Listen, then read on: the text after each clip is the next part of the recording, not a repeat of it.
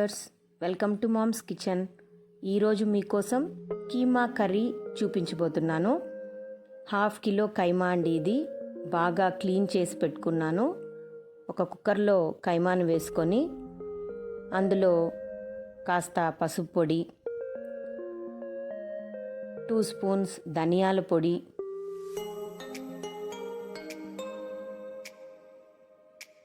రుచికి సరిపడా ఉప్పు వేసుకోవాలి. ఇందులో కరివేపాకు రెమ్మలు,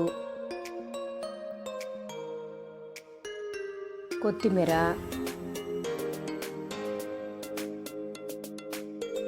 పచ్చిమిర్చి ముక్కలు కూడా యాడ్ చేసుకోవాలి.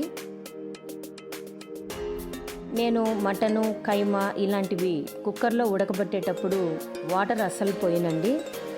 కుక్కర్ మూత పెట్టి 5 to 6 విజిల్స్ వచ్చే వరకు ఉడికించుకోవాలి. అందులో నుంచే నీళ్లు కూడా వచ్చేస్తాయి. ఇక దీనికి కావలసినటివి 2 పెద్ద ఆనియన్స్ కట్ చేసి పీసెస్ చేసుకోవాలి, 1 టమోటా, కరివేపాకు, కొత్తిమీర, పచ్చిమిర్చి ముక్కలు, అల్లం వెల్లుల్లి paste, garam masala powder, salt, నూనె. ఇక స్టవ్ వెలిగించుకొని ఒక కడాయి పెట్టి నూనె వేడి చేసుకోండి. జనరల్గా కైమా ఇష్టపడని వాళ్ళు ఉండరు.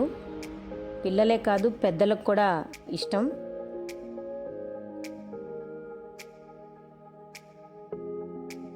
కరివేపాకు వేసాను, పచ్చిమిర్చి వేసాను.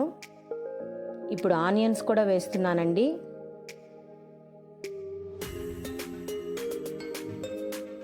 వయసు పైబడిన వాళ్లకు కైమా చాలా మంచిది. మెత్తగా ఉడికించుకుంటే ఇష్టంగా తింటారు. ఆనియన్స్లో కొంచెం సాల్ట్ వేసాను, పసుపు కూడా వేసాను. ఇప్పుడు ఈజీగా ఆనియన్స్ మగ్గిపోతాయి. కట్ చేసుకున్న టమోటా పీసెస్ వేసుకోండి.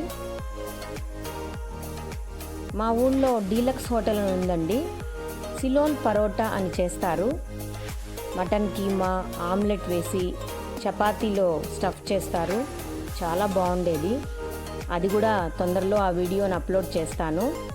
ఇప్పుడు అల్లం వెల్లుల్లి పేస్ట్ వేసి కాసేపు వేయించుకుంటున్నాను. పచ్చివాసన పోయే వరకు వేయించుకోవాలి. అందుకు గాను చిన్న చిట్కా, కొద్దిగా వాటర్ వేసుకోండి. అల్లం వెల్లుల్లి పేస్ట్ వాసన త్వరగా పచ్చివాసన పోతుంది.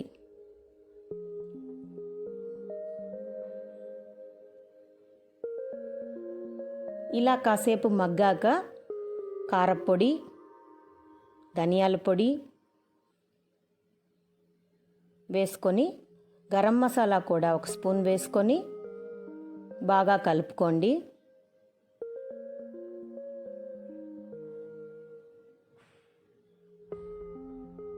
అలా కొంతసేపు మగ్గనివ్వండి. ఇప్పుడు మనం ఆల్రెడీ కుక్కర్లో ఉడికి పెట్టుకున్న కైమాని ఇందులో యాడ్ చేసుకోవాలి. చూసారా ఎన్ని నీళ్ళు వచ్చాయో? బాగా కలుపుకోండి.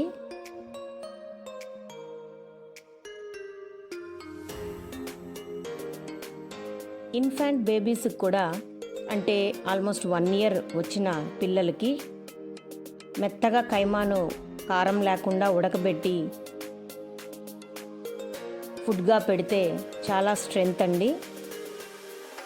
అదిగోండి, ఆల్మోస్ట్ కీమా కర్రీ రెడీ అయిపోయింది. మీకు ఇంకా ఫ్రై లాగా కావాలంటే ఇంకాసేపు స్టవ్ మీదే పెట్టుకొని ఫ్రై చేసుకోవచ్చు.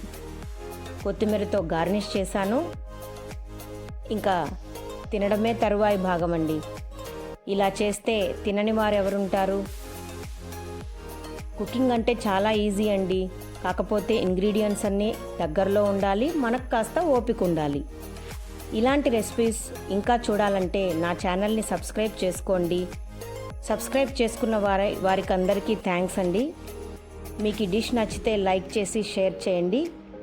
మరిన్ని రెసిపీస్తో మీ ముందుంటాను. Signing off from mom's kitchen.